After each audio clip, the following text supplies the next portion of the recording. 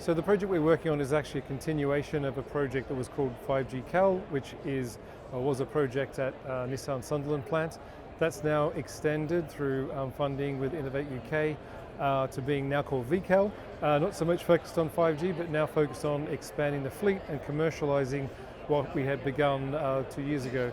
So that'll grow up to 4 trucks that will be running on Nissan's Sunderland plant, moving goods and cars between different parts of the site. We believe that where things are going to commercialize first, I think we've all heard about robo-taxis and what's going on in the US with some of the bigger players there, but we think that in sites like Nissan site or ports, in places like Rotterdam, which we're going to start soon with a project there with 6 trucks, they're the places where it's slower speed, private roads, which means that the rules are different and means that we can go towards commercialization within the next sort of 18 months. So it's all about what's the most near-term opportunities to commercialize autonomy.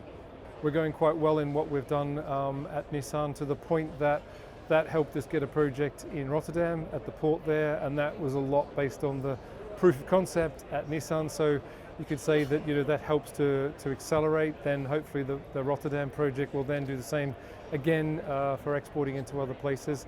I think we're certainly focusing in different areas, at least what Streetdrone's focusing on in the industrial logistics and port operations. I think there are other niches. There's obviously other players in the UK that are focusing in slightly different areas, and so I think we're a fair way ahead in a lot of the important areas like ports and industrial operations, and that I think we're keeping up with the rest of the world on that subject. We have to get the message out there about what we're doing and how far we've actually come. So obviously some customers that might be here, or some partners hopefully in things like supply chain that might be able to help us scale up as we get bigger.